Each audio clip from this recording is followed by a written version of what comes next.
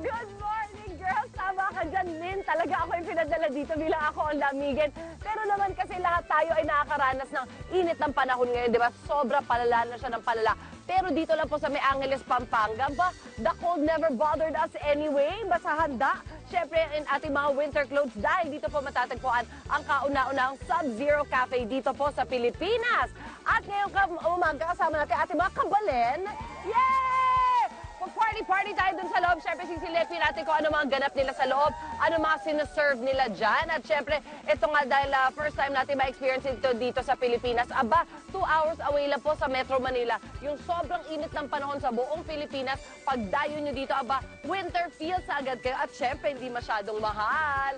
Kaya mamaya po, bibigyan namin kayo ng impormasyon para po makarating dito, magkakano po babayaran ninyo. At hindi lang yan, dahil meron tayong mga icy cooler street, yung mga hindi makakapasok sa loob, hindi kayo lamig. Aba, bibigyan din po natin ng mga pampalamig, lalo pat mamaya, iinit na naman ang iinit ang panahon. Kaya ladies, eto na, nailabas ko ulit mula sa baul ang aking winter wear.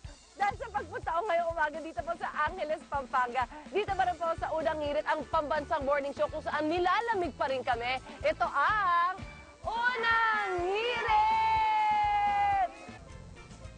Hi ladies! Ako tama-tama yung sinabi ni Maris, kakaiba yung drink yung nilalagay sa yelo at yan ang makikita natin mamaya. Ngayon po, nandito tayo dun sa may labas nitong igloo na ito. Magtataka, bakit bigla may igloo dito sa Angeles, Pampanga? Dahil yan nga po ang paandar na pinuntahan natin dito, ang kanilang Sub-Zero Cafe, kasama ating mga kapusong kabalen naman nagsigagandahan. Hindi nakapagluto ng almusal para sa kanilang mga mister. Dahil inabala namin sila para makasama sila ngayong umaga dito sa Unang Hirit. Siyempre ba, may pa-ice sculpture tayo. Sir, anong ginagawa mo dyan?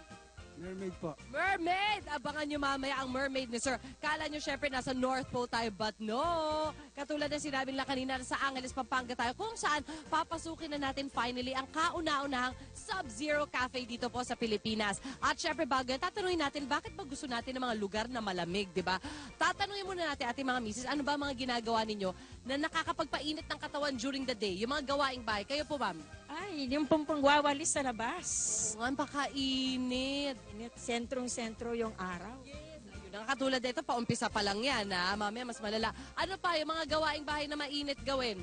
Paglalaba. Paglalaba, pag nakatirik yung araw. Oo. O yung ano pa? Ay, ate. Pagsasampay. Yun din, isa pa with effort pa yung ganun, so doble pawis.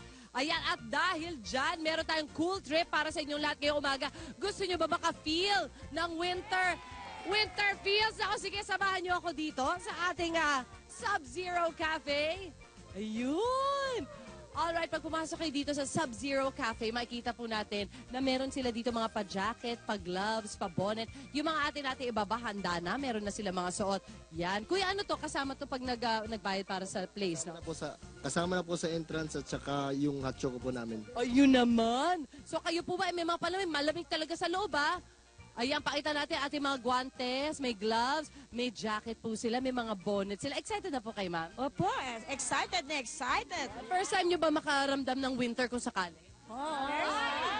Iba to, as in malamig talaga. Get ready po. Kapit bisig, dahil papasok na tayo sa ating Sub-Zero Cafe. Actually, meron din sila dito mga shoes na mga slip-ons para dun sa mga taong pumunta rito na nakachinelas, ganyan. Kasi malamig talaga sobra. Hi, good morning! Ayan, pasok po kayo. Yan, good luck! Good luck, mga kapuso, dahil malamig talaga, no joke. Yan, imagine ninyo na lang yung camera crew namin, kanina pa nandito. Frozen na to mga to. Ayan, pasok lang po kayo. At eto po makikita natin ang kanilang cafe kung saan merong mga upuan. Katulad po na nakikita nyo sa ibang mga cafe or restaurant, meron sila mga upuan, meron sila mga lamesa, pero made of ice. At eto po yan. So ngayon, dahil syempre sobrang lamig siya, meron siya nitong mga upuan, meron siya mga cushion, meron din siya nitong non-slip dito kasi madulas ang yelo eh. Yan, so pwede kayo mag-relax. At kung mapapansin niyo, syempre may mga decor din sila dito. At dito ang kanilang mga ice sculpture. Ang theme nila ngayon ay animals. So ito meron tayong horse. Kung ano-ano pa marami ha. Tapos may mga ilaw sila likod. So ang cute tingnan yan. Syempre meron tayong dolphin, meron pusa. Pusa ba yan? Ayan. Tapos syempre, kakausapin natin ang ating mga kapusong nanginginig sa lamig. Kamusta naman ang pakiramdam, ate? Ay, masarap. Type nyo naman. Opo. Kasi sobrang init ang panahon ngayon. Kailangan mag-relax-relax dito. I love it. Pwede nyo isama ang inyong family, ano? Opo. Pwede po. Buong pamilya, pwede po. Ayan, mag-e-enjoy sila dito. At kayo naman po, wala pa yatang drinks. Sila madam, ayan. Ito gusto niyo po ng pampainit ng konti. Yes, ma'am. Ayan. Lamig. Ayun. Sa labas mainit, pagpasok malamig, tapos gusto ulit magpainit. Ano ba talaga? Ano ba talaga gusto natin? Ito, may kulang ako isa. Yan. Alam nyo po, pag pumasok kayo dito, libre na itong kanilang hot choco na pwede nyo ma-enjoy. Kasi syempre, sa umpisa, medyo exciting. Pero after a few minutes, talaga mararamdaman nyo yung sub-zero temperature dito po sa loob ng cafe na ito. Ayan. Uy, eto Bob, iba pa ang drink ni Madam. Ba't may parang paminta yung drink? Akala ko may paminta. Ano yan? Choco flakes, excuse me lang. Ayun. Kamusta naman? Enjoy po ba, Madam? Oo, enjoy na enjoy. Enjoy na enjoy. Lahat ba may drinks na? Okay, sige. Akin pala to, kaya may pasobra. At alam nyo po ba, dito po, sige, enjoy lang po kayo. Dito din sa bandang dulo ng kanilang cafe, may mas malaking area ng konti dito. Kung saan, halik kayo, pwede tayo magpa-picture. Ayan! Unang hirit! Unang hirit! Oh, okay, popost tayo. Pipicture na nila tayo. 1, 2, 3.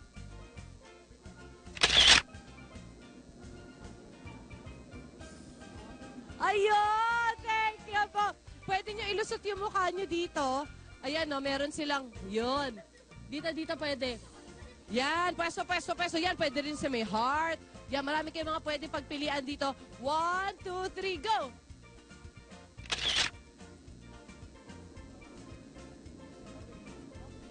Eh, yung na-frozen talaga kami. Akala ko nga, hindi na ako makagalaw ulit eh. Lamig ah! Lalabas na ako!